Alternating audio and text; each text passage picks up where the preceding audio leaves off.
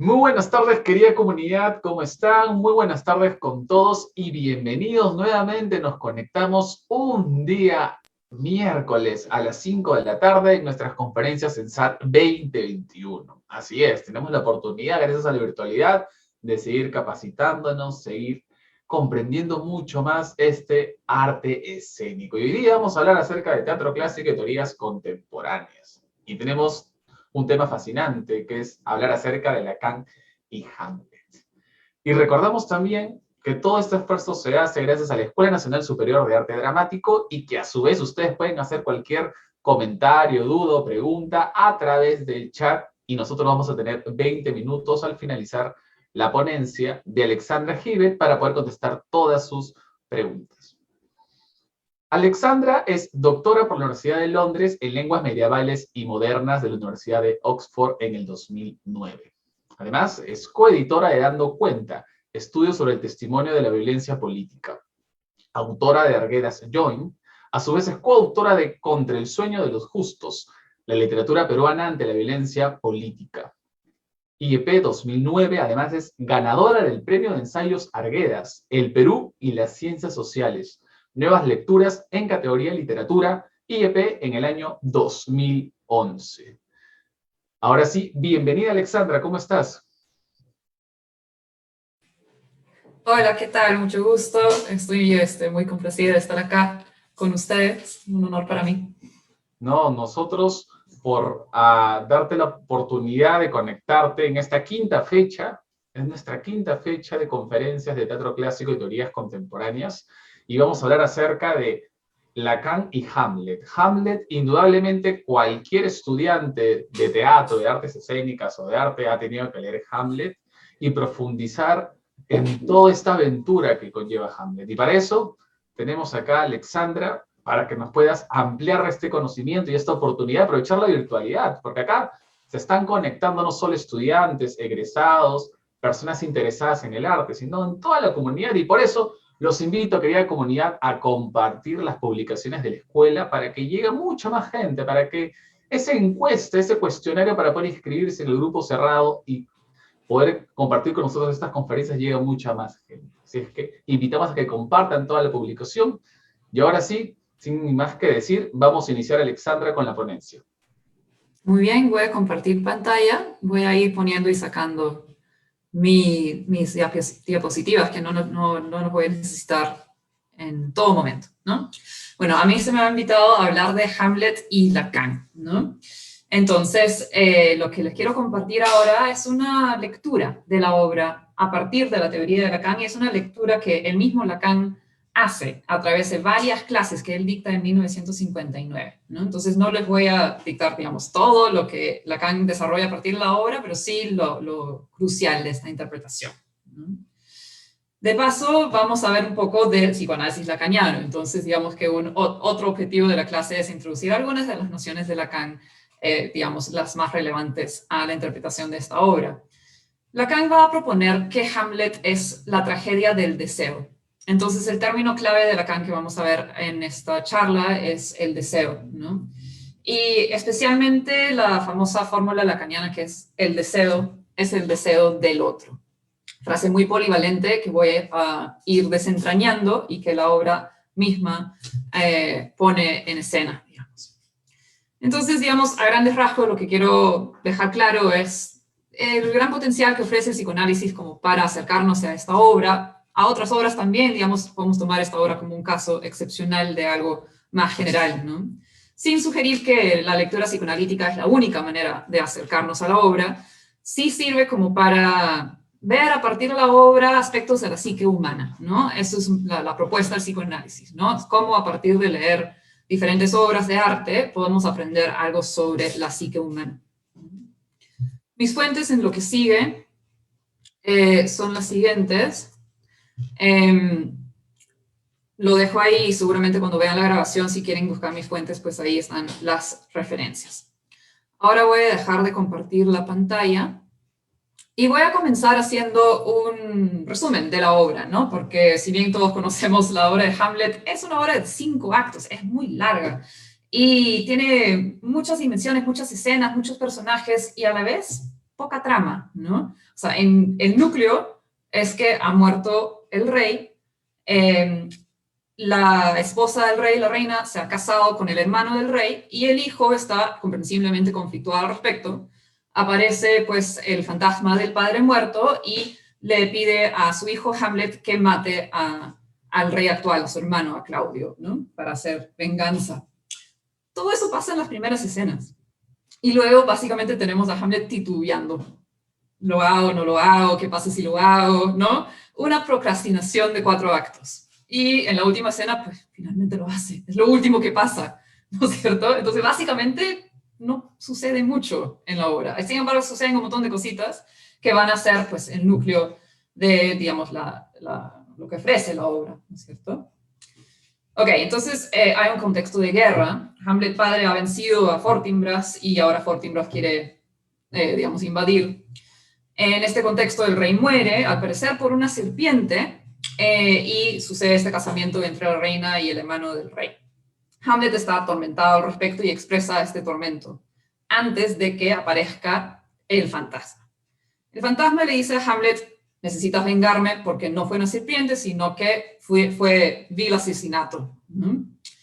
Y comienza el titubeo de Hamlet. Una de las dimensiones del titubeo de Hamlet es su relación con Ofelia, que al parecer ya venía mal desde antes, porque incluso antes de que aparezca el fantasma, Polinio, el padre de Ofelia, la novia de Hamlet, le está aconsejando a Ofelia alejarse de Hamlet porque no confía que vaya a realmente casarse con ella.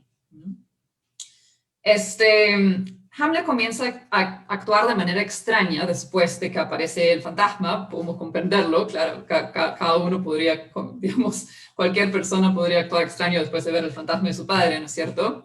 Y todos los diferentes personajes comienzan a preguntarse por qué está comportándose así. Y una de las teorías al respecto es el del padre de Ofelia, Polonio, que dice que es porque está loco de amor, ¿no? Porque él le dijo a Ofelia que se alejara de él y él ha enloquecido de amor, ¿no? Entonces, uno de los subtramas es ese, y en ese contexto es que se da el famoso discurso de ser o no ser, ¿no es cierto? Que es una escena que luego se cruza Ofelia por ahí, que, digamos, su padre le ha pedido que a propósito, digamos, se acerque a Hamlet para entregarle unas cartas, unos recuerdos que le había dado antes, y, digamos, Polonio y el rey están escondidos detrás de una cortina como para poder juzgar si es que Hamlet está realmente loco de amor o de otra cosa, ¿no es cierto? Trata muy mal a Ofelia, tienen una pelea. Y de esa escena, Polonio concluye que sí está loco de amor y Claudio, el rey, concluye que no, que es otra cosa. Empieza a temer, empieza, digamos, a manifestar su culpa, pensar que Hamlet quizás sabe lo que realmente ha pasado y decide mandar a Hamlet a Inglaterra. Además, llama a 2 personajes secundarios, Rosencrantz y Guildenstern, que son supuestamente amigos de Hamlet, pero están sirviendo de espías del rey. Bueno, Ofelia enloquece, al parecer por el maltrato de Hamlet. Hamlet es mandado a Inglaterra con Rosencrantz y Guildenstern. Se da cuenta que el plan es que cuando llegue a Inglaterra lo maten y hace un artilugio para salir de la situación y vuelve, ¿no es cierto? Pero antes de que él vuelva, Ofelia se ha muerto, al parecer de suicidio, ¿no? Y ahí se da la famosa escena donde hay un sepulturero que está excavando una tumba, ¿no? Y Hamlet hace el soliloquio de Alas poor Yorick, ¿no? Su amigo muerto hace mucho tiempo. Y luego se da cuenta que la tumba que están excavando es para Ofelia. Y ahí Hamlet se pelea con el hermano de Ofelia. El hermano de Ofelia, Laertes, le culpa a Hamlet por la muerte de Ofelia. Y Hamlet se defiende diciendo, no, yo en verdad sí le quise un montón, y forcejean, ¿no? Ya que Laertes, el hermano de Ofelia, odia a Hamlet, él y Claudio, el rey, entran en colusión como para tenderle una trampa a Hamlet. Y esa es la famosa escena final, ¿no es cierto? La trampa es que va a haber un duelo, digamos un evento deportivo, pero hacen trampa porque van a poner veneno en las espadas y aparte en una copa de vino por si acaso no funcionase la espada. Y se conoce el desenlace, ¿no es cierto? Finalmente, sí, Hamlet es, digamos, eventualmente herido por por la espada envenenada, pero no sin antes Gertrudes, su madre, haber tomado de la copa. Entonces, digamos, Gertrudes está muriendo, Hamlet ya está herido de muerte, luego Hamlet coge la espada que tiene veneno y hiere también a Laertes, él también va a morir, ¿no es cierto? Y entonces, digamos, el último en morir, ya su último gesto de vida, Hamlet por fin mata al rey, ¿no es cierto? Y un detalle que me olvidé de mencionar antes es que, digamos, varios actos antes, Hamlet ya había matado a Polinio, el padre de Ofelia. Entonces, ¿qué hacemos con esto? ¿No es cierto? O sea, Hamlet ha matado a Polinio. De paso, también indirectamente mató a Rosencrantz y Guildenstern, porque a ellos lo van a matar en vez de a él en Inglaterra. Han muerto Laertes, Ofelia, Gertrudis, y solo al final el rey. ¿Por qué se demora tanto? ¿Y por qué tanta muerte es necesaria para que él pueda cumplir con su venganza? Voy a volver a compartir pantalla. Digamos que son todas estas dudas que constituyen, digamos, el meollo de la obra. Los mismos personajes están muchas veces haciendo preguntas que no quedan muy bien respondidas. Aquí en pantalla tienen algunas de estas preguntas, pero hay muchísimos más, ¿no? Y lo que dice Greenblatt, uno de los estudiosos de Shakespeare más importantes, es que lo que yace en toda la obra, más allá de si lo interpretamos de una manera u otra, es que hay una desconexión entre lo que está pasando dentro de la psique de Hamlet, dentro de su conciencia, y lo que está pasando afuera, ¿no? Y esa desconexión, ese desacoplamiento entre lo interior y lo exterior, entre lo íntimo y la relación con los demás, se manifiesta como un malestar y como un montón de preguntas de interpretación de qué está pasando, por qué Hamlet actúa así, ¿no? Muchas preguntas que tienen que ver con por qué actuamos como actuamos y que no quedan resueltas. Greenblatt por esto dice que la obra es no solamente un giro importante dentro de la producción de Shakespeare, sino en la historia de la literatura en general, ¿no es cierto? Porque es la aparición de un nuevo tipo de subjetividad literaria, digamos que un tipo de personaje que tiene un interior que no es aparente a la vista y que debe ser interpretado por un público, una audiencia que necesita, digamos, desentrañar aquello que no es visible o comprensible inmediatamente del personaje. Un personaje complejo en un nivel que no había sido, digamos, logrado antes. Ok, voy a dejar de compartir pantalla. Bien. Entonces, en la historia de la crítica literaria respecto de Hamlet, entonces, por obvios motivos, han habido una diversidad de interpretaciones, ¿no es cierto? De maneras de responder la pregunta de por qué Hamlet se demora tanto en actuar, si es que está de verdad loco o no, si realmente amaba a Ofelia o no, y demás preguntas que no quedan claras en la obra, ¿no? Las interpretaciones románticas, como por ejemplo de Goethe, era de que Hamlet era un alma especialmente sensible y por eso sufría tanto y por eso no podía tomar las acciones, porque se distinguía del mundo social común, ¿no es cierto? Era un poeta, un artista, un incomprendido. Hay otra interpretación que es más política, ¿no? Que tiene que ver con que Hamlet sería una figura de resistencia frente a un poder autoritario y legítimo que ha tomado el poder a través de las mentiras, los engaños y las traiciones. En ese sentido, también estaríamos ante una obra que comienza cuando se ha perdido una estabilidad política, estamos en el medio de una guerra, el rey es legítimo, ¿no es cierto? Y termina cuando de alguna manera se resuelve esto, ¿no? De hecho, no lo mencioné, pero después de la muerte finalmente de Claudio, llega Fortinbras y toma el poder, ¿no es cierto? Entonces se resuelve la guerra, hay una nueva dinastía, digamos, que va a empezar ahí de poderosos. Entonces hay una interpretación política. Pero aparte de la romántica y la política, quizás la interpretación más famosa es la interpretación psicoanalítica. Por lo mismo que ya mencioné, ¿no? Que es una obra que plantea tantas preguntas sobre cómo está funcionando la psique de este personaje que, digamos, está servido en bandeja para que el psicoanálisis entre a esa discusión.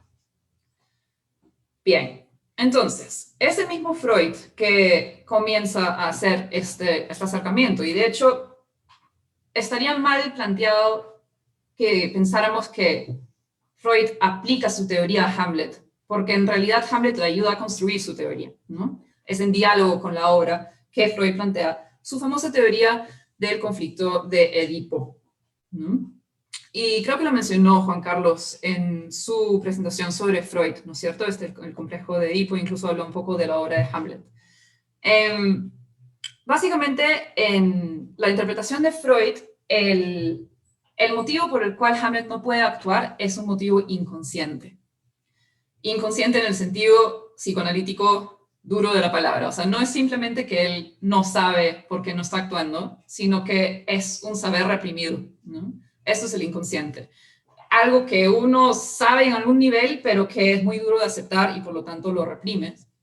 Y esa represión no significa que se elimina ese saber, sino que está actuando ahí en las sombras. Entonces, el inconsciente es eficaz, nos hace actuar o nos impide actuar. O sea, ejerce un poder sobre nosotros por más de que no lo tengamos en la conciencia. Entonces, Freud se dispone a, pues, de alguna manera psicoanalizar al personaje, ¿no? Tomar a Hamlet como si fuera un neurótico más y al que tendría que él psicoanalizar. Bueno, como saben, el conflicto de Edipo de Freud lo desarrolla en base al mito griego, ¿no? Y básicamente consiste en lo siguiente, ¿no? Que hay un conjunto de fuerzas y deseos inconscientes que surgen en el niño entre 3 y 5 años, ¿no? Que está muy pegado a la madre en ese momento, con una fuerza que es finalmente de índole sexual. Se regocija de este niño, pues siente que es la clave de placer de su mamá, ¿no? Es el pastel al centro de sus ojos, ¿no es cierto? Eso sí, lo mejor que le ha pasado a la madre, ¿no? Esto lo expresa Freud como el tener el falo, ¿no es cierto? Tiene el falo de la madre. Lo que le falta a la madre, un falo, lo tiene el hijo o es el hijo, ¿no? Esto se complica cuando aparece el padre y más bien le muestra al niño que no, él tiene el falo, ¿no es cierto? Que hay ciertos límites a la relación entre hijo y padre, ¿no? Y amenaza al niño con más bien apartarlo de la madre, lo cual es sentido por el niño como una castración. Claro, si él se siente como el falo de la madre, entonces que lo aparten de la madre es como perder parte de él, es no, ya no ser el falo, es ser castrado, ¿no? Y esto lleva al conflicto de Edipo, pues, al odiar al padre, ¿no? Desear estar cerca de la madre, desear una relación sexual con la madre y odiar de muerte al padre. Según Freud, que esto entra luego en un periodo de latencia, se revive en la pubertad y eventualmente se resuelve, digamos, en la última etapa del desarrollo de la psique, cuando el hijo se identifica con el padre y elige un objeto de deseo que no es la madre. Pero todo esto queda reprimido en el inconsciente, ¿no? Todo queda ahí y tiene todavía efectos mucho tiempo después, y para Freud, digamos, todos los malestares psíquicos de alguna manera están vinculados con este complejo de Edipo, que es el complejo nuclear y universal. Bien, entonces, en el texto La interpretación de los sueños, de 1899, lo que propone Freud con respecto a Hamlet es que podemos encontrar la clave de su procrastinación en el conflicto de Edipo. ¿Cómo así? A ver, el fantasma del padre le está imponiendo a Hamlet que él mate a su tío por haberse acostado con su mamá, ¿no? Pero Hamlet, en cuanto afectado todavía por el conflicto de Edipo, también quiere acostarse con su mamá y también quería matar a su papá. Entonces se identifica con Claudio, con el rey, con el nuevo rey, ¿no? Se identifica con el asesino de su padre.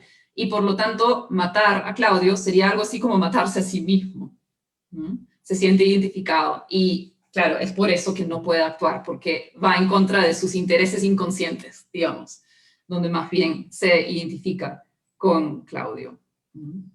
Es decir, su tío le ha mostrado a Hamlet, le ha puesto sobre la escena lo que él quería hacer inconscientemente y eso lo pone en jaque.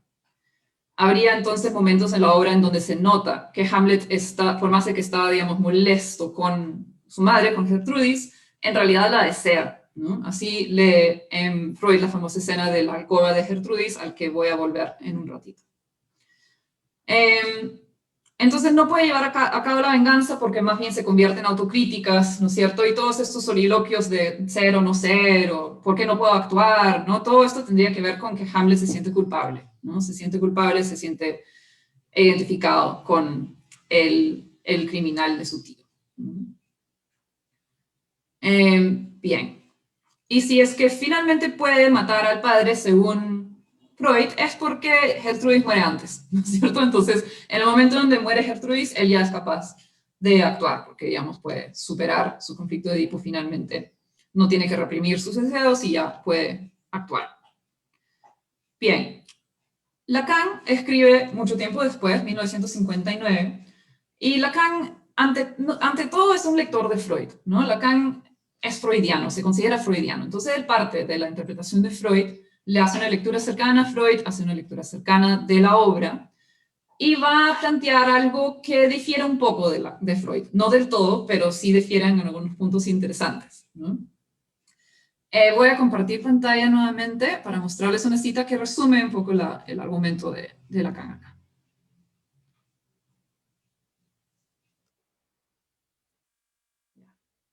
Hamlet lleva el juego hasta el marco mismo de la problemática que intento presentarles, el marco en el cual se sitúa el deseo. Este lugar está tan excepcionalmente bien articulado que cada uno llega a reconocerse en él, a reencontrarse. La obra de Hamlet es una especie de aparato, de red, de enrejado, donde se articula el deseo del hombre. O sea, va a poner al centro no el conflicto de Edipo, aunque tiene que ver, ¿no? Sino el deseo, ¿no? Y va a ver la obra, el poder de la obra, ¿no?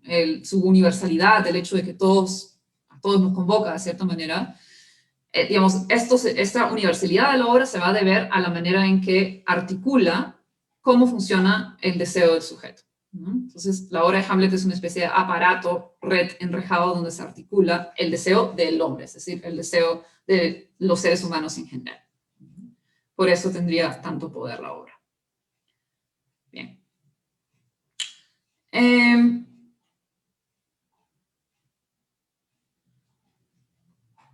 El concepto del deseo en Lacan es absolutamente central. Ese es su deseo, es su concepto principal, ¿no es cierto? Para Lacan, el deseo es, ante todo, inconsciente, ¿no? Lo cual concuerda con la teoría de Freud, ¿no es cierto? La lógica del Edipo tiene que ver con el deseo y es reprimido, ¿no? Entonces, el deseo en Lacan es inconsciente y en el fondo tiene una dimensión sexual, ¿no?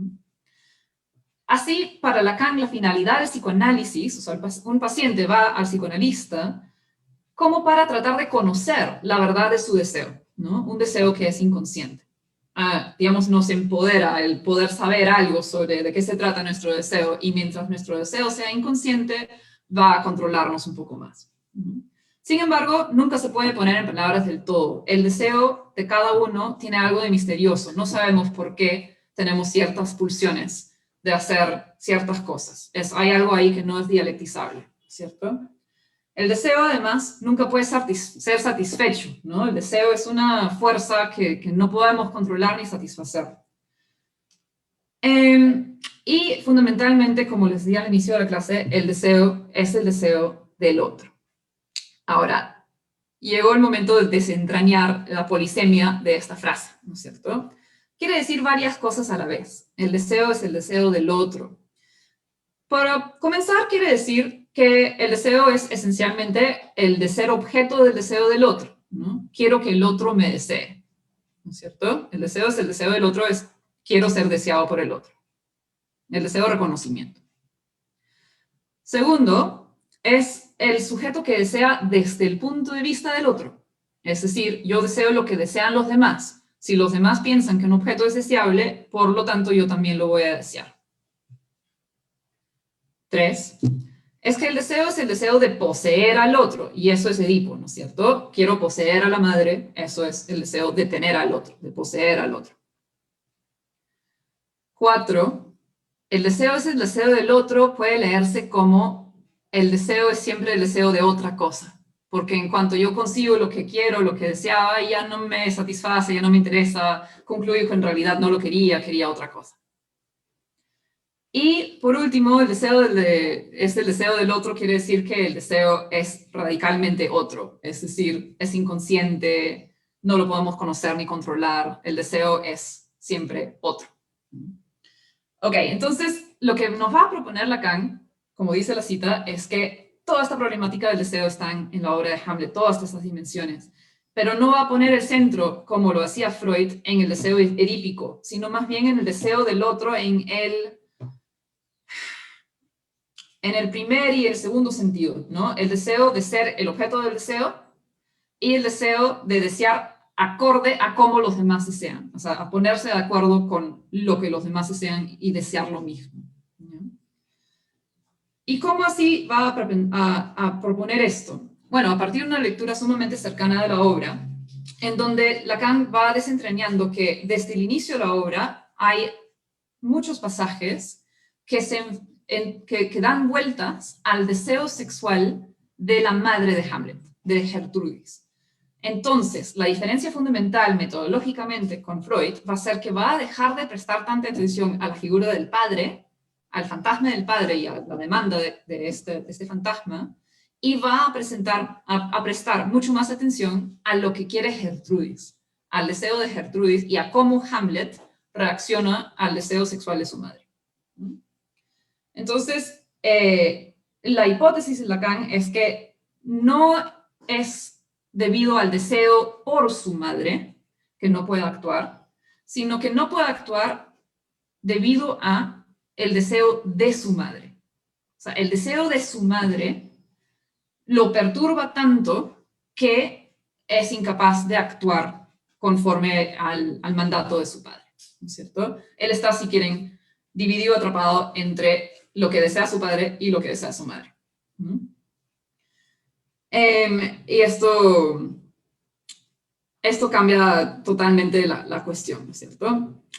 Otra idea importante de Lacan aquí para entender a lo que va con esto es algo que dice sobre la madre y la mujer. Otra idea clave de Lacan es que la madre y la mujer no son lo mismo, o en otras palabras, en toda madre hay una mujer que excede a su rol materno. La realización de la mujer no es ser madre, ¿ya? Una idea que, digamos, hoy en día compartirían feministas, ¿no es cierto? No necesariamente lo que más quiere una mujer en la vida es ser madre, y si es que es madre, no necesariamente se va a sentir plenamente realizada a través de la maternidad, sino que la mujer tiene su propio deseo. Para Lacan, esto es profundamente traumático para el hijo, ¿no es cierto? O sea, es profundamente traumático para cualquiera sentir que no es lo más importante para su madre, que su madre en realidad, digamos, nuestras madres nos quieren hasta cierto punto, pero ahí no más, ¿no? Hay otras cosas que también son más importantes, es como profundamente hiriente y difícil de aceptar, ¿no? Entonces, lo que Lacan está proponiendo es que en la obra de Hamlet está en juego esa problemática, de que Hamlet está enfrentado con el deseo de su madre en cuanto mujer, ¿no es cierto? En donde él no es la realización de su deseo. Bien, entonces esto lleva a Lacan a concluir que la tragedia de Hamlet es la tragedia del deseo en este sentido. Y lo que va a hacer en sus clases es recorrer la obra lentamente como para explicar esto en escenas claves, ¿no es cierto? Entonces, para entrar un poco más de detalle, una primera idea es la comparación que hace Lacan entre Hamlet y Edipo, ¿no? Porque dice que hay una diferencia importante, ¿no? que está en juego y que va a impactar la manera en que interpreta la obra de Shakespeare, ¿no? Edipo, cuando comete el crimen del incesto, no sabe lo que hace y en cierto sentido nunca llega a saber, ¿no? Mientras que Hamlet sí sabe lo que ha hecho su tío gracias a la intervención del fantasma, ¿no es cierto? Entonces, sabe. Sin embargo, no puede actuar. Sin embargo, este saber no es suficiente, ¿no? Entonces, lo que va a decir es que, pese a que hay una aparente diferencia, en el fondo, Hamlet carece de un saber acerca de sí mismo. O sea, puede saber lo que ha pasado, pero hay todavía algo que él no sabe de sí mismo y es su propio deseo. Esto se puede ver, por ejemplo, en esta cita, en donde Hamlet dice, ¿no? Aquel que nos formó dotados de tan extenso conocimiento que con él podemos ver lo pasado y futuro, no nos dio ciertamente esta facultad, esta razón divina, para que estuviera en nosotros sin uso y torpe. Sea pues brutal negligencia, sea tímido escrúpulo, que no se adviene penetrar los casos venideros, proceder en que hay más parte de cobardía que de prudencia, Yo no sé para qué existo, diciendo siempre tal cosa debo hacer, puesto que hay en mí suficiente razón, voluntad, fuerza y medios para ejecutarla. Por todas partes hay ejemplos grandes que me estimulan. ¿Cómo pues permanezco yo en ocio indigno? Muerto mi padre alevosamente y mi madre envelecida. Bueno, sigue la cita, pero vemos que aquí es explícito. Hamlet no sabe por qué no puede actuar. Tiene todos los motivos para actuar. Sabe que lo más racional es actuar y no actúa. Entonces tiene un deseo inconsciente. Lo problemático es su propia relación con su propio deseo. Y esto es lo universal que está en juego de la obra, que nadie en realidad sabe, ninguno de nosotros sabemos la verdad de nuestro deseo. Bien. Entonces, veamos el análisis de Lacan del inicio de la obra, ¿no? El espectro, cuando aparece a donde Hamlet al inicio de la obra, le especifica a Hamlet un detalle que a Lacan le va a parecer muy importante, que es este. Así, mientras dormía, en el acto de un hermano, de un golpe me arrancó la vida, corona, esposa, me cegó en la flor de mis pecados, sin viático, asistencia, extrema unción, y mis cuentas sin rendir, me envió a juicio con todas mis imperfecciones sobre mí. Ok, su padre no pudo hacer los ritos, no pudo confesarse antes de morir, ha muerto en el pecado. Y esto es bien importante porque, digamos, si es que lo que le está pidiendo a su hijo es vengarlo, significa que Hamlet tiene que matar a Claudio, a su tío, mientras está también sucio de pecado. ¿Y cuál es el pecado de su tío? Estar acostándose con Gertrudis, ¿no es cierto? Con la esposa de su hermano. Entonces, de cierta manera, la venganza que exige el espectro exige que Hamlet se enfrente a la sexualidad de su madre, al deseo de su madre, ¿no es cierto? Esto parece atormentarlo, como decía Hamlet desde antes. Esto es otra famosa cita, que es antes de la aparición del fantasma, donde se queja con su amigo Horacio y dice, economía, Horacio, economía. Los pasteles funerarios, perdón, estoy tapando la cita, los pasteles funerarios han sido el plato frío de la boda, ¿no? O sea, los mismos pasteles que se sirvieron en el funeral han servido para la boda. Eso es lo que más le indigna a Hamlet, ¿no es cierto? Y todo el ambiente que produce Hamlet en sus soliloquios al principio de la obra muestra que hay una especie de repugnancia frente al mundo que parece en última instancia tener que ver con su repugnancia frente al deseo sexual de su madre, ¿no? Dice cosas como, ojalá que esta carne tan firme, tan sólida, se fundiera y derritiera hecho a rocío, o que el Eterno no hubiera promulgado una ley contra el suicidio. Ah, Dios, Dios, qué enojosos, rancios, inútiles e inertes me parecen todos los hábitos del mundo. Me repugna. Es un jardín sin cuidar, echado a perder, invadido hasta los bordes por hierbas infectas. Haber llegado a esto, muerto hace 2 meses, no, ni 2, no tanto. Un rey tan admirable, un Hiperión al lado de este sátiro tan tierno con mi madre, que nunca permitía que los vientos del cielo le hiriesen la cara. Cielo y tierra, he de recordarlo, y ella se le abrazaba como si el alimento le excitase el apetito. Pero luego, al mes escaso, que no lo piense, flaqueza, te llamas mujer. Al mes apenas, antes que gastase los zapatos con los que acompañó al cadáver de mi padre, como Níobe, toda llanto, ella, Dios mío, una bestia sin uso de razón, le habría llorado más, se casa conmigo. Entonces, esto es lo que, o sea, la depresión de Hamlet, el hecho de que tenga como un asco y un desprecio frente al mundo que le parece degenerado y decadente, tiene que ver con este deseo degenerado y decadente que siente que tiene su madre, ¿no? O sea, siente que no es legítimo que una madre y esposa busque satisfacer su deseo después de la muerte de su esposo. ¿Cierto? Bien. También hay detalles al respecto en lo que le pide el espectro. Miremos esta cita. El espectro le dice, sí, esa bestia incestuosa, ese adúltero con su astuta brujería y sus pérfidas prendas, astucia que daña, prendas que seducen, se atrajo a su lascivia ignominiosa el deseo de una reina honesta en apariencia. Oh, Hamlet, qué deslealtad. Conmigo cuyo amor fue siempre tan perfecto, que iba en armonía con las promesas, que él hice al deposarla para, un segundo, perdón, para hundirse con un mísero cuyos dotes naturales eran pobres al lado de las mías. Pero si la virtud no se deja seducir, aunque el vicio latiente bajo forma divina, la lujuria, aunque unida a un ángel radiante, se sacia en un lecho celestial y se ceba en la inmundicia. Mas, cualquiera que sea su proceder, no ensucies tu alma, ni acometas ninguna acción contra tu madre. Déjala al cielo y de las espinas que clavadas le hieren su propio corazón. Entonces, miren lo complejo que le está pidiendo aquí el fantasma, porque por un lado está diciendo, tu mamá ha hecho lo peor, ¿no es cierto? Pero por otro lado está diciendo, no es su culpa, es mujer, es débil, no te ensañes con ella, ensáñate con tu tío, ¿no? Entonces, el fantasma ya pone en primer plano lo difícil de a la vez como rechazar a la madre y cuidarla, rechazar y querer, ¿no?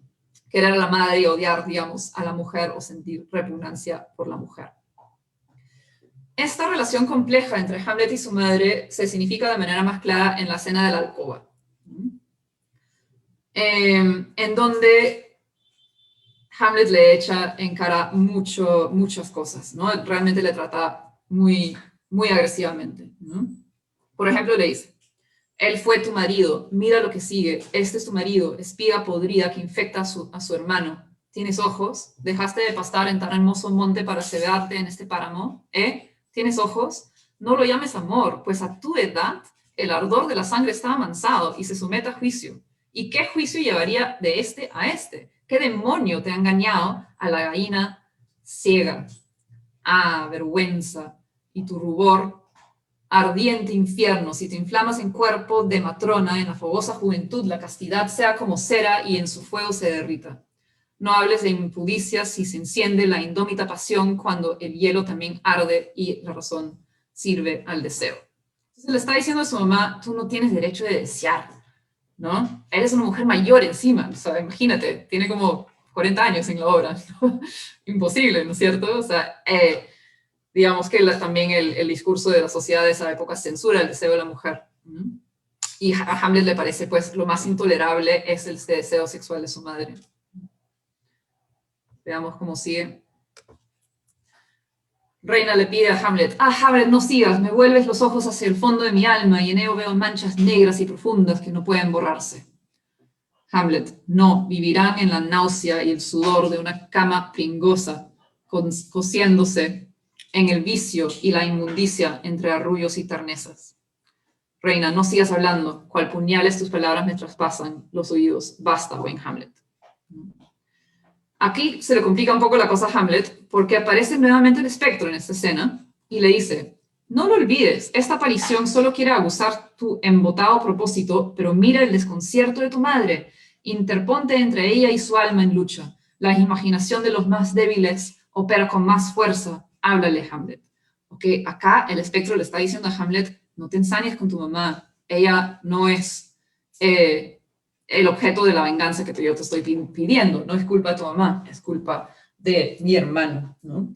Entonces, el efecto de sus palabras acá del espectro sobre Hamlet son profundos, porque la reina le pregunta a Hamlet, ¿qué puedo hacer, no? Como para salir del pecado, y Hamlet le dice como algo muy contradictorio, se desdice de lo anterior, dice, de ningún modo hagas, ¿no? Lo que yo te diga, dejar que el flácido rey te traiga a su lecho, te pellizque la cara, te llame paloma y que por un par de besos inmundos o sobándote el cuello con sus dedos malditos consiga que le aclares el enigma, que en realidad toda mi locura es fingimiento. Estaría bien decírselo. Entonces, después de haber pasado toda la escena diciéndole a su mamá, no te acuestes con el rey, puedes salvarte todavía, salvar tu honor, no te acuestes con el rey, al final le dice, no, sí, hazlo, ¿no es cierto? Como que no sabe qué hacer con el deseo de la madre. Y finalmente lo que dice acá Lacan es que, claro, lo que está en juego es que su deseo es el deseo del otro. O sea, él también está identificándose con lo que desea su madre y no le es fácil, por más que le asquienta, por más que le genera rechazo, en un nivel inconsciente se identifica también con ese deseo, ¿no? El deseo es el deseo del otro. Bien, voy a dejar de compartir pantalla. Hay otra escena que analiza Lacan, pero no entra en tanto detalle, que es la escena del cementerio, ¿no? Donde ya están enterrando a Ofelia, y Laertes está ahí descarrándose, ¿no? Lanzando injurias en contra de Hamlet. Y Hamlet no lo soporta y, digamos, sale de su escondite y se arroja al mismo pozo como para demostrar a todos que él es el que más ama a Ofelia. Yo amaba a Ofelia, 40.000 hermanos no podrían con toda la suma de su amor alcanzar el mío, ¿no? Yo la quiero más que tú, Laertes. Y esta escena lo analiza lo analiza Lacan, porque le parece que aquí empieza a cambiar algo para Hamlet, porque aquí se está preocupando por el deseo de Ofelia. Él quiere ser el objeto del deseo de Ofelia, ¿no? A pesar de que ya está muerta y es muy tarde, ¿no? Entonces está Ofelia desplazando la importancia de su madre en este momento, ¿no? Y voy a volver a compartir la pantalla para una cita breve. Es recién en este momento de la obra en donde Hamlet parece empoderarse y dice, aquí está Hamlet de Dinamarca, o sea, reclama su título, ¿no? Y lo que dice Lacan acá es que en esta escena Hamlet se hace hombre de golpe. Y es efectivamente la última escena antes de la escena final, ¿no? La escena de la pelea donde finalmente, tras algunas muertes más, logra matar a su tío, ¿no es cierto? Voy a dejar de compartir. Bien, entonces, esto sería importante porque explica también por qué Hamlet maltrata tanto a Ofelia, ¿no? En las escenas previas, ¿no? Cuando le había dicho, perdón, voy a volver a compartir pantalla porque creo que vale la pena ver esta cita. Me estaba olvidando de esta parte. Claro. Antes de llegar a esta resolución, Hamlet maltrata a Ofelia. Y la idea de Lacan acá es que maltrata a Ofelia porque asocia con Ofelia también el deseo, digamos, frente al que siente mucho rechazo, ¿no? Este deseo de la mujer, ¿no? Y dice así, ¿no? La idea es que Ofelia le está diciendo, tú alguna vez me quisiste, ¿no? Y Hamlet le dice, pues sí, porque la belleza puede transformar la honestidad en alcahueta antes que la honestidad vuelva honesta a la belleza. Antiguamente esto era un absurdo, pero ahora los tiempos lo confirman. Antes te amaba. O sea, le está diciendo, antes eras inocente, pero ahora eres como una alcahueta, digamos, has perdido tu honor, o algo así, ¿no? Entonces le está increpando a Ofelia algún deseo sexual que le haya quitado el honor, ¿no? Y bueno, Ofelia le dice, sí, Señor, me lo hiciste creer, o sea, me hiciste creer que tú me querías. Y Hamlet le responde, no debías haberme creído, pues la virtud no puede injertar en nuestro viejo tronco sin que quede algún resabio, así que no te amaba. Más me engañé, dice Ofelia. Entonces le dice que la quería, que no la quería, la trata mal, la confunde, y al final le dice esto, vete a un convento, ¿es que quieres criar pecadores? Yo soy bastante decente, pero no puedo acusarme de cosas tales que más valdría que mi madre no me hubiese engendrado. Soy muy orgulloso, vengador, ambicioso, con más disposición para hacer daño que ideas para concebirlo, imaginación para plasmarlo o tiempo para cumplirlo.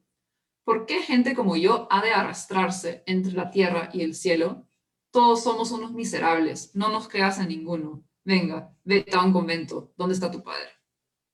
Entonces, la parte del centro de esta cita es Hamlet, digamos, manifestando el sinsentido que siente frente a la vida, ¿no es cierto? Digamos, lo decadente que es todo el sinsentido. Él no entiende por qué está gente como él arrastrándose entre el cielo y la tierra, siente que todos son caídos, ¿no? Y que esto tiene algo que ver con la madre, ¿no es cierto? Más valdría que mi madre no me hubiese engendrado. Y ese deseo sexual de la madre que finalmente lleva a que él haya nacido, él lo asocia también con el deseo sexual de Ofelia. Y le está diciendo, vete a un convento para que no cría pecadores, es decir, para que no, pues, para que su sexualidad no lleve a la procreación de este mundo degenerado, sin sentido, decaído, ¿no es cierto? Ok, voy a dejar de compartir pantalla.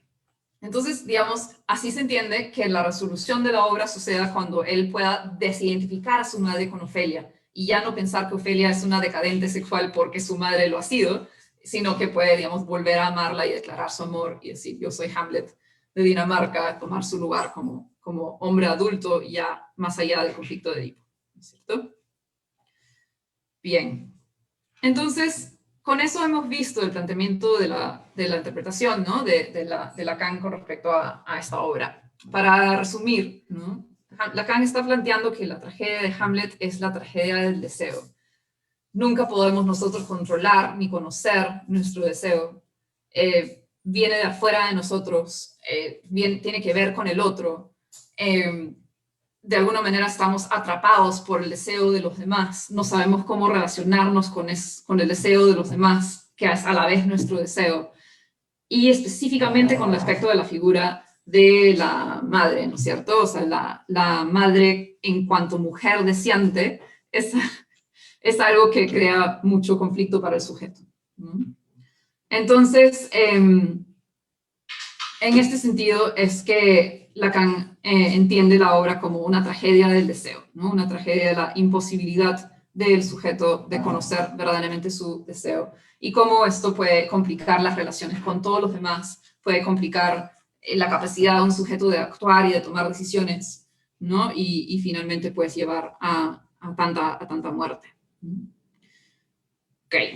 Entonces, con eso vemos la manera en que el psicoanálisis se acerca a las obras como para decirnos algo con respecto a nuestra psique, algo universal, algo que no aplica solamente a Hamlet, algo que nos ayuda a entender algo más general, ¿no es cierto?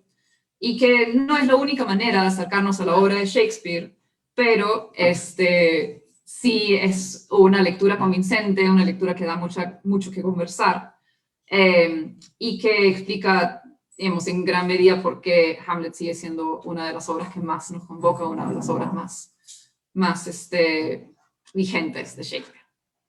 ¿Mm? Eso es. Ok, muchas gracias, Alexandra, por la exposición, por la ponencia, de hablarnos de Lacan y de Hamlet, indudablemente, y por eso invitamos a la comunidad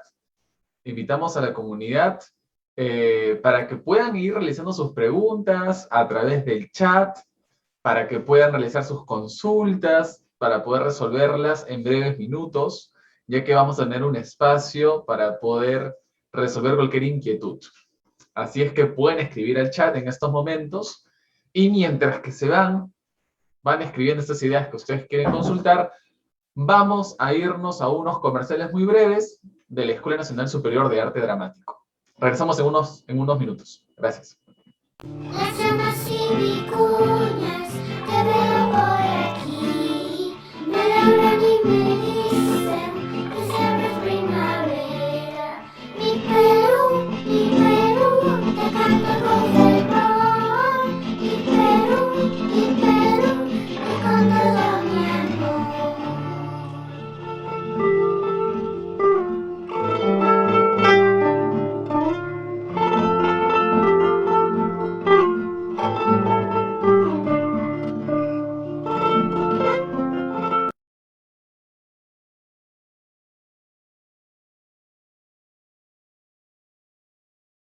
Muy bien, ya estamos nuevamente con ustedes, querida comunidad, y a su vez, como ustedes han podido ver un poquito el segmento de la publicidad del día de hoy, les comento que la Escuela Nacional Superior de Arte Dramático está otorgando cuatro becas importantes para estos talleres integrales de invierno, 2 becas para el taller de iniciación vocal y 2 becas para el teatro musical para adolescentes. Toda esta información ustedes la pueden conseguir en la página oficial de la Escuela Nacional Superior de Arte Dramático a través del Facebook, para que puedan ustedes hacer sus consultas acerca de estas 4 becas que se está otorgando.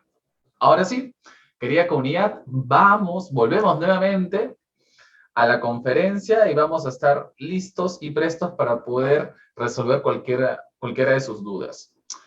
Muy bien, perfecto. Alexandra, ¿algo más que aportar o comenzamos con las preguntas? ¿Todo bien con las preguntas? Perfecto, muy bien. Acá Paulo nos quiere, creo, realizar una aclaración, que puede realizar una aclaración a Alexandra. Nos menciona, ¿En qué sentido enfrentarse a Claudio implica enfrentar el deseo sexual de Gertrudis? Claro, por ejemplo, hay un momento en donde potencialmente Hamlet pudo haber matado a Claudio, que es cuando están, no he mencionado la parte de la obra dentro de la obra, ¿se acuerdan? Hay una escena clave en donde él está tratando de determinar si es que Claudio es culpable o no, y pone una obra, ¿no es cierto?, que significa la muerte, el asesinato, y Claudio reacciona con culpa y se va, ¿no? Lo cual para Hamlet comprueba que es culpable. Entonces va tras suyo como para matarlo, pero encuentra que Claudio está rezando y no puede matar a Claudio si está rezando porque se va a salvar su alma, ¿no es cierto? Él tiene que matarlo en el pecado. Entonces, el pecado del padre es acostarse con su madre, o sea, el pecado del tío, perdón, es acostarse con su madre. Entonces, por eso es que el mandato del fantasma enfrenta a Hamlet con la necesidad de reconocer, dimensionar, ver, ser consciente del deseo de su madre en cuanto mujer, ¿no? Perfecto, gracias por la aclaración. Aquí hay una pregunta, voy a tratar de simplificarla. Menciona Aldo, la falta de acción de Hamlet, que es debido al mandato de su padre, por el vengar su muerte, él dice, ¿cómo se interrumpe? ¿Por qué se interrumpe constantemente a Hamlet, ya que no tiene el objeto de su propio deseo? Da a entender de que Hamlet no tiene claro su propio deseo. Sí, algo así es lo que está diciendo Lacan, exactamente, ¿no? Y en realidad la problemática, como bien señala Lacan, comienza antes de la aparición del fantasma. Entonces, o sea, Hamlet ya está problematizado por el hecho de que se haya casado su madre con su tío menos de 2 meses después de la muerte de su padre, ¿no es cierto? Entonces, eso ya le había puesto en jaque y ya se estaba comportando extrañamente. Ya el padre de Ofelia estaba diciendo a Ofelia que no podía estar con él, o sea, ya había una crisis. Y viene a añadirse el mandato del fantasma, pero Lacan va a seguir poniendo el énfasis en lo primero, ¿no es cierto? En el hecho de que lo que más le escandaliza, lo que más le cuesta, es reconocer en su madre a una mujer deseante. Y esto es tan perturbador, va tan a la profundidad de su inconsciente, que él mismo no sabe por qué está así y qué puede hacer al respecto, ¿no? Y, digamos, el mandato del fantasma solo le va a añadir capas de complejidad a esta imposibilidad, a esta sensación de falta de poder que tiene Hamlet frente a su propio deseo. Gracias. Pregunta Gianfranco. ¿Hay en Lacan alguna diferencia entre la relación del deseo, entre el que desea y lo deseado, y la relación de reconocimiento? Creo que la relación de reconocimiento es una de las dimensiones de deseo en Lacan, ¿no? Es como deseo ser reconocido por el otro, deseo ser deseado por el otro. Pero como expliqué, había una serie de otras dimensiones del deseo que también tenían que ver con poseer al otro, o no sé, con no conocer la verdad de nuestro deseo, ¿no es cierto? Es como una de esas dimensiones.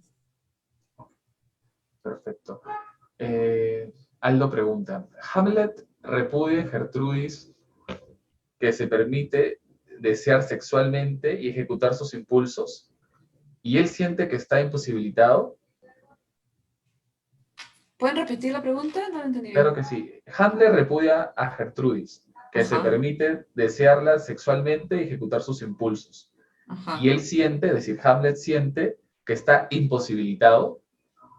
Ya, claro, o sea, ve en su madre a alguien que sí actúa conforme a su deseo, mientras que él es puro, digamos, duda, escrúpulo, autocrítica, ¿no? Sí, digamos que estoy de acuerdo con que se podría explorar ese contraste entre los dos personajes desde el punto de vista de Lacan, ¿no? Gertrudis es capaz de actuar y Hamlet no, ¿no? Puede ser uno de los motivos de su odio. Ok, gracias, Alexandra. Acá hay otro.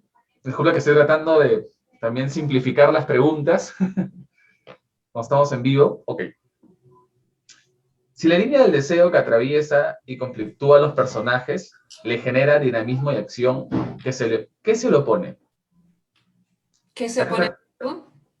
Dices, si la línea del deseo que atraviesa y los conflictos a los personajes le genera dinamismo y acción, ¿qué se les opone a los personajes? ¿Qué se le opone a los personajes? O sea, psicoanálisis es que las frustraciones, imposibilidades, la sensación de limitación de los personajes, bueno, de Hamlet principalmente, vienen desde adentro de ellos mismos, no son limitaciones externas, sino que es su propio inconsciente, ¿no? Que como dije al inicio, lo inconsciente no es simplemente algo olvidado o algo dejado de lado, sino que es algo que reprimimos con mucha fuerza, y esa misma fuerza de la represión y la fuerza de ese contenido reprimido se manifiesta de diferentes maneras, influenciando nuestra acción, limitando nuestra acción, ¿no? Entonces, son esas limitaciones interiores que la obra logra poner sobre la escena de una manera que ninguna obra antes lo haya hecho. Así es. Aquí una pregunta interesante, que parece un enunciado, pero ¿se puede decir que hay rasgos misóginos en los personajes del rey y el príncipe Hamlet, en tanto busca cancelar el deseo de Gertrudis? Pues sí, nos lleva en esa dirección, ¿no? Lo intolerable de reconocer el deseo de la mujer en la figura materna, ¿no? Que es digamos, sería una espina dorsal de nuestra cultura, ¿no? Hasta hoy en día. Perfecto. No va a ser, digamos, Lacan no es que tenga como objetivo denunciar la obra o denunciar que nuestra psique tenga algo de machista, pero creo que a partir de la lectura de Lacan, si es que lo ponemos en diálogo con feminismo, podríamos explorar esa dimensión de la obra también. Ok, perfecto, Alexandra. Querida comunidad, invito estos últimos minutos que nos quedan de la conferencia para que puedan hacer todas sus consultas, sus dudas a través del chat. Eso sí diría, sean muy claros y muy puntuales con las preguntas para poder hacerlas. Es difícil con Lacan. Lacan es enredado su manera de expresarse. El deseo del otro, ¿no? El deseo, ¿no? Es muy enredado y polivalente, así que se entiende que las preguntas también lo sean. De todas maneras. Igual lo importante acá de esta conferencia es que pueda abrir la expansión al interés, ¿no? A la inquietud de seguir indagando un poco en Lacan y en el texto, pues, de Hamlet. Perfecto, acá hay otra pregunta. Lacan, al realizar su análisis sobre el deseo, ¿lo hace desde un análisis a la niñez o de cualquier persona en cualquier etapa de su edad? Ahí tengo que contestar que no soy experta en Lacan. He leído partes de Lacan, ¿no? Que son, digamos, relevantes en mi quehacer como docente de literatura, que es lo que soy.